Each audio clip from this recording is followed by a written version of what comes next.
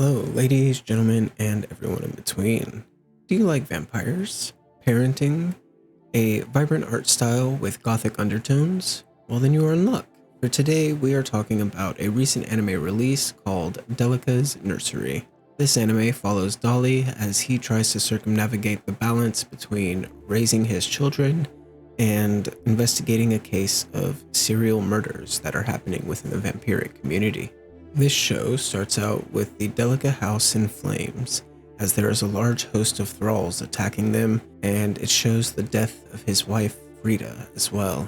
With her last words, she asks for Dali to take care of the children and to give all of his love to them as well. Fast forward a few months, and we now see that there has been a rash of murders, seemingly unconnected, except that they have all left a calling card that places the blame with a newfound cult called Trump, which is a shorthand version of True of Vamp.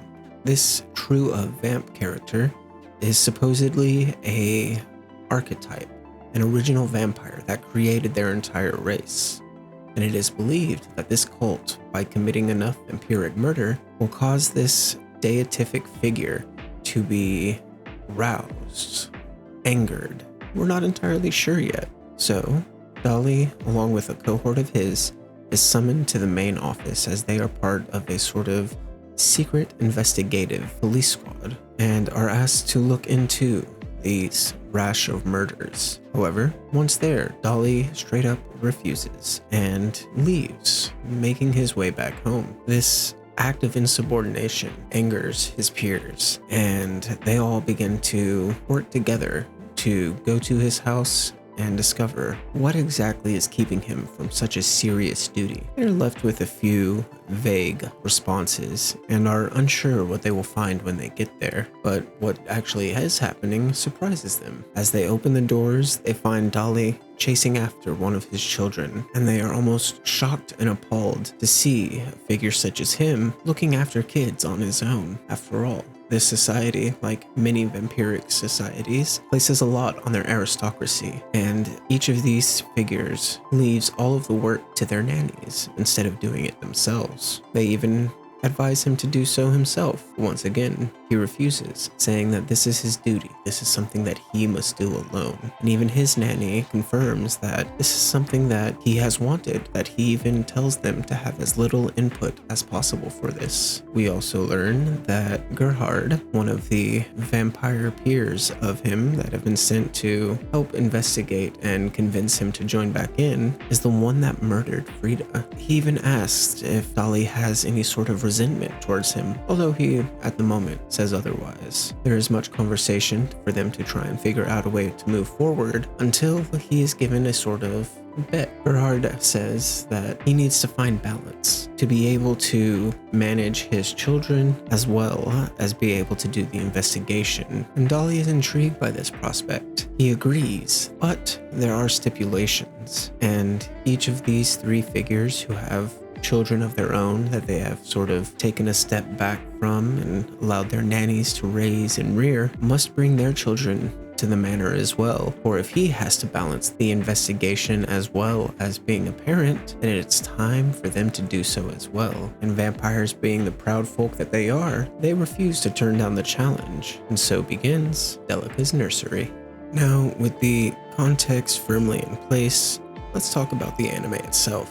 It has a beautifully painted background and art style that comes with it that looks like everything was handcrafted, and while it isn't as involved of a background as some other animes, it definitely has that gothic old Victorian style to it that one can't help but appreciate.